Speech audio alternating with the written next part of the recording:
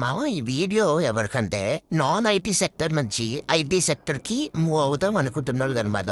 So basically ఈ మధ్యన చాలా మంది ఐటీ సెక్టర్లోకి రావడానికి చాలా ట్రై చేస్తున్నారు, చాలా ఇష్టపడుతున్నారు.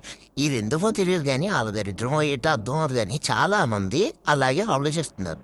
లైక్ ఎలా ఉందంటే ఐటీ సెక్టర్లోకి అయిపోయి దాంట్లోకి ఫస్ట్ దూరిపోదాం, దూరిపోయిన తర్వాత మనం తర్వాత జాబ్ ఆపర్చునిటీస్ అవి చూసుకుని పై లెవెల్స్లో మనం ట్రై చేసుకోవచ్చు అనుకుంటున్నారు కానీ అది చాలా రాంగ్.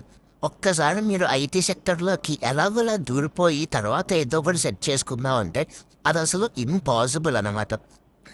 సో నేను ఇచ్చే సజెషన్ ఏంటి అంటే, ఒకవేళ ఎవరైనా కానీ ఐటీ సెక్టర్లోకి రావాలి అనుకున్నప్పుడు మీరు దేని మీద రావాలనుకుంటున్నారో ఫస్ట్ మీరు రీసెర్చ్ చేసుకోండి.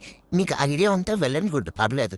ఒకవేళ కనుక మీకు ఏ రోల్స్ గురించి ఐడియా లేకపోతే మీరు ఆన్లైన్లో అంత రీసెర్చ్ చేసుకుని దేని మీద అయితే మీకు ఫ్యూచర్ బాగుంటుంది, మీ కెరియర్ దేని మీద డిపెండ్ అవ్వాలని మీరు అనుకుంటున్నారో వాటికి గ్రౌండ్ రీసెర్చ్ చేసుకుని ఆ తర్వాతే జాబ్స్లోకి రండి.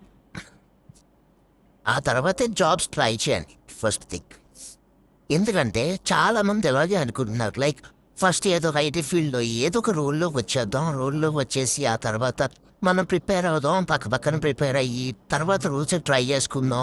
ప్రిఫర్ ఎగ్జాంపుల్ నాన్ టెక్లో జాయిన్ అయిపోయి తర్వాత టెక్నికల్ సైడ్కి మూవ్ అయిపోదాం పక్కన కోర్స్ చేసుకుంటూ, అది ఇది అని చెప్పి చాలా మంది అనుకుని ఇలాగ ఐటీ ఫీల్డ్లోకి వచ్చి కక్కలేక మింగలేక ముందుకెళ్ళలేక వెనక్కి రాలేక స్టక్ అయిపోయిన వాళ్ళు చాలామంది ఉన్నారు.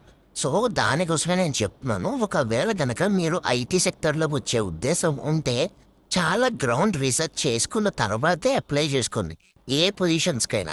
ఒకసారి మీరు ఏ పొజిషన్కైనా వచ్చి దాని నుంచి వేరే దానికి మూవ్ అవుదామని మీరు ప్లాన్ చేసుకుంటే అది చాలా కష్టమైన పని, చాలా కాంపిటీషన్ ఉంది ఈ మధ్యన. సో చాలా ఆలోచించి ఆ తర్వాతే డిసిషన్ తీసుకోండి.